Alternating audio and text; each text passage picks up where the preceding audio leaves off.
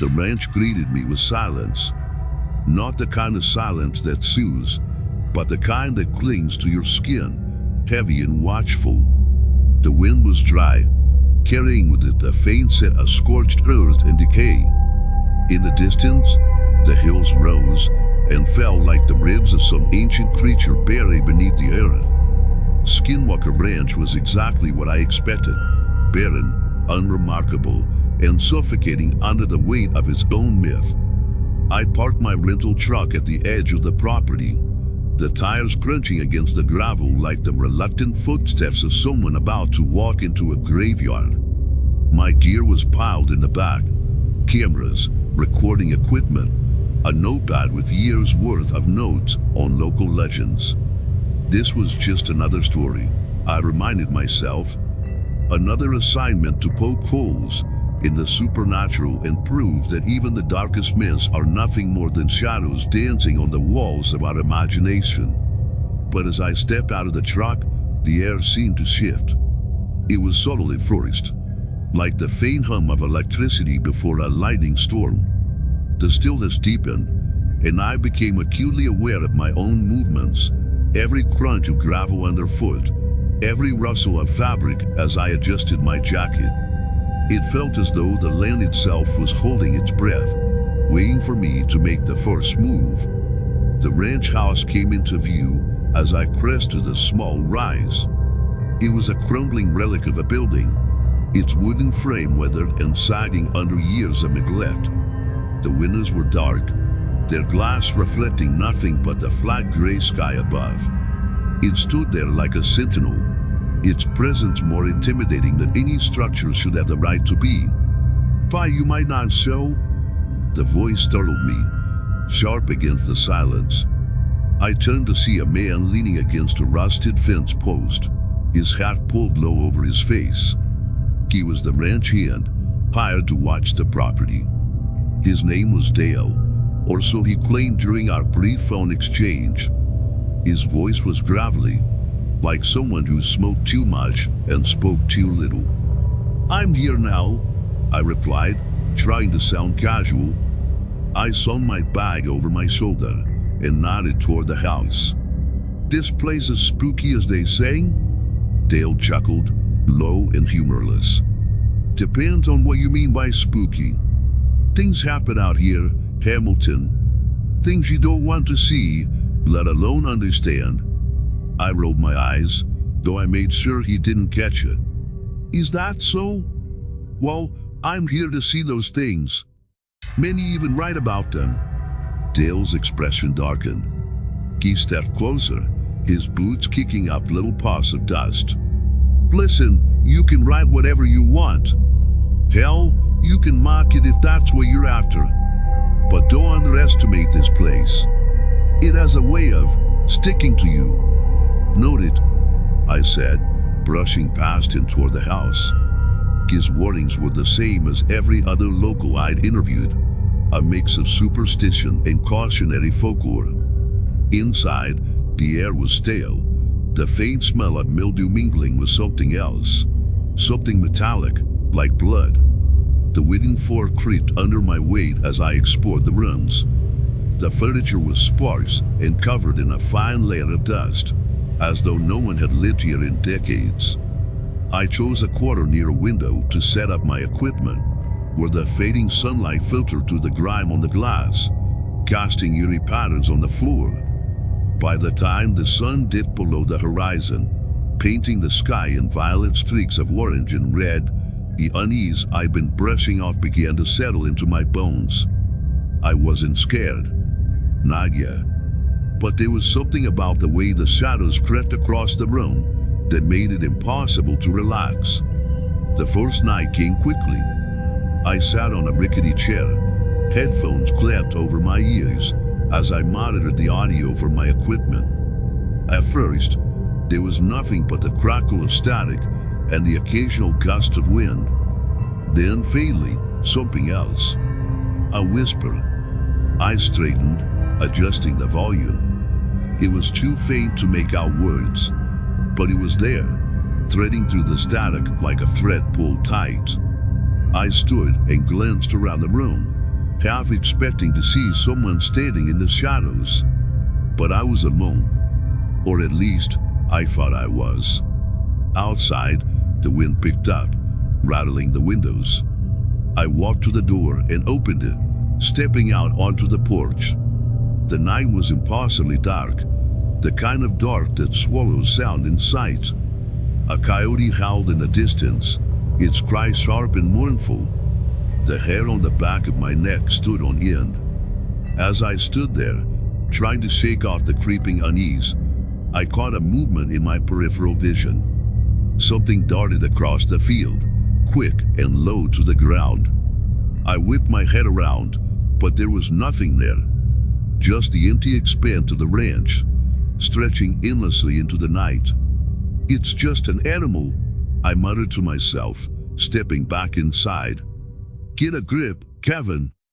But deep down, I wasn't so sure. I woke with the rising sun streaming through the dusty window of the cabin. The night had been restless, filled with strange sounds and fractured dreams that dissolved as soon as I opened my eyes. I couldn't shake the sensation that I wasn't alone, not in the cabin, not on the ranch. Still, the journalist in me clung to logic, to reason. I was here to do a job, not to indulge in folklore. The morning air was heavy, hotter than it should have been for late summer. As I stepped outside, my boots crunched on the dry soil, and I couldn't help but notice the silence. No birds, no insects, just the whisper of the wind as it threaded through the sparse sagebrush. My equipment, which I'd set up to capture anything unusual, seemed untouched. I checked the cameras and microphones. All systems were functioning, though I couldn't shake the feeling that someone, or something, had been watching me as I worked. Around midday, I decided to speak with a few locals. The nearest homestead was miles away, but I needed context for the legends. It took some convincing, but an older rancher named Joe finally agreed to talk. His leathery face twisted into a grimace as I mentioned Skinwalker Ranch. You shouldn't be out there, he said, his voice low. It's not a place for the living. Things happen there. What things? I pressed, my notebook ready. He stared at me for a long moment, as if weighing the worth of his words. Finally, he said, You ever seen something that wasn't supposed to be there? A coyote walking like a man? A shadow that don't follow the sun? He leaned closer. That's what's out there, and they don't like being disturbed. I wrote down his words, but inwardly, I dismissed them as rural superstition. Still, his eyes, those haunted, hollow eyes, stayed with me as I drove back to the ranch. By the time I returned, the sun was beginning to dip below the horizon, casting the landscape in long, eerie shadows. I busied myself reviewing footage from the previous night, hoping for something, anything, I could use. That's when I noticed it. In one of the recordings, taken from the edge of the property, there was movement. A figure, tall and gaunt, lingered at the edge of the camera's range. It didn't move like a person. Its motions were jerky, unnatural. I rewound the footage and played it again and again. Each time, I felt my chest tighten. My rational mind fought to explain it. A trick of the light, maybe an animal, but deep down I knew better. As night fell, the atmosphere on the ranch shifted. The air grew thick, oppressive. My flashlight cut through the darkness as I made my rounds, checking the cameras. That's when I saw them, tracks in the dirt. They weren't animal tracks, not exactly. They were too large for a dog or a coyote, but not quite human either. The strides were uneven, almost like whatever made them had been limping. I followed the tracks as far as I dared, but they disappeared abruptly near a cluster of rocks. That was when I heard it, the whisper. It started soft, almost imperceptible, like the rustling of leaves, but there were no leaves. and the sound wasn't coming from any one direction. It was everywhere, surrounding me. A low, guttural murmur growing louder, overlapping itself. My name. I swear it said my name. Kevin. I froze, my flashlight trembling in my hand. I spun around, shining the beam into the darkness, but there was nothing there. Just the yawning emptiness of the branch. Get a grip, I muttered to myself, but the words felt hollow, unconvincing. Back in the cabin, I locked the door and tried to focus on my notes, but my hands wouldn't stop shaking. Every creak of the old wooden floors, every groan of the wind outside made my pulse quicken. I told myself it was just the isolation playing tricks on me, but a part of me knew I was lying. The whispering didn't stop. It followed me into my dreams that night, seeping into the corners of my subconscious. I dreamt of shadows that twisted and writhed, of a figure with hollow eyes, and a voice that wasn't mine, but spoke with my cadence. When I woke, drenched in sweat, I found my journal open on the table. There were words scrawled across the page in handwriting that looked like mine, but wasn't. Leave, before it's too late. I stared at the message, my mind racing. Had I written it in my sleep? Was this my mind breaking under the pressure of the ranch's oppressive atmosphere? A sudden knock at the window shattered the silence. My heart leaped into my throat. Slowly, I turned to face the glass, but there was nothing there. Only my own pale reflection, staring back at me, wide-eyed and terrified. For the first time, I considered that maybe, just maybe, I wasn't alone out here. I woke up drenched in sweat, heart pounding against my ribs like a trapped bird. The cabin was silent, unnervingly so.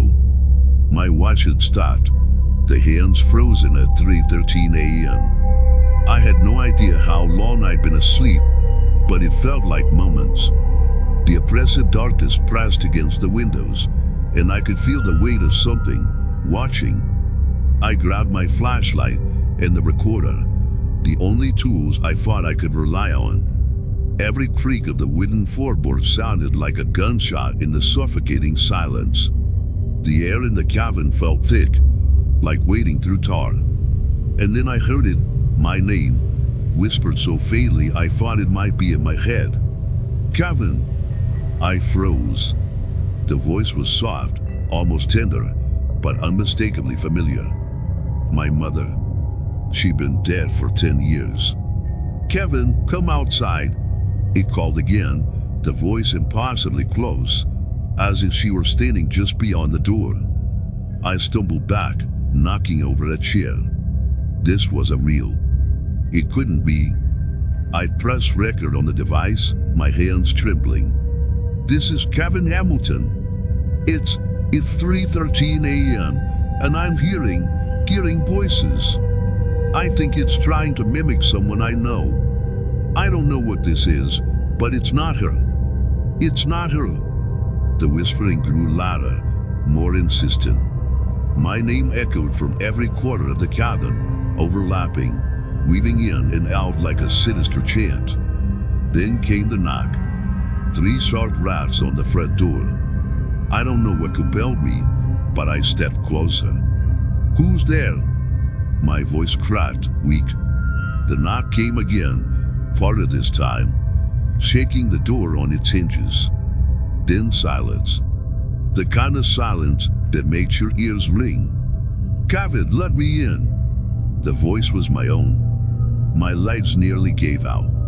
I backed away, clutching the recorder like a talisman. The walls seemed to breathe, the shadows deepening and shifting. I was trapped, caught in some sick, predatory game.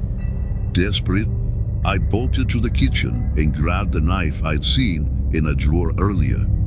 It felt absurd, like bringing a paper shield to a war, but it was something. I heard the door creak open behind me. I spun around, knife raised, but the doorway was empty. The cabin, however, wasn't. A figure stood in the corner, barely more than a shadow. Its outline shimmered, as if it weren't fully in this world. Kevin. It spoke in my voice, but wrong, distorted, stretched, as if it were trying to fit its vocal cords into a human shape and failing. I wanted to scream, but the sound lodged in my throat like a stone. What do you want? I finally choked out. It tilted its head, an unnatural jerking motion. You already know. I blinked, and suddenly it was closer, towering over me, its face a shifting, featureless void. My grip on the knife faltered. Stay, it said, its voice now a chorus of every voice I'd ever known. My mother, my father, my childhood friends. Stay, and you understand. Leave, and you'll carry us with you. The lights flickered, and I saw it clearly for the first time. It wasn't one figure but many, a tangle of faces and limbs, swirling in and out of existence. My knees buckled, and I dropped the knife. I don't remember how I got out. One moment, I was in the cabin, staring into that shifting void. The next, I was slumped in the driver's seat of my car, parked at the edge of the ranch. My recorder was still in my hand, its red light blinking steadily. Back in the city, I tried to piece together what had happened. I reviewed the recordings, hoping for answers, but what I found was worse. The tape was filled with whispers, my name repeated over and over, growing louder, more frantic, until a single phrase broke through. You never left. I haven't slept since that night. Every shadow feels alive, every whisper a threat. My journal is no longer my own. I find entries written in my handwriting but with words I don't remember writing. The last recording I made plays on a loop now, even though I destroyed the tape, smashed the recorder. I can still hear my voice. No, its voice, mocking me. I thought I escaped, but I never left.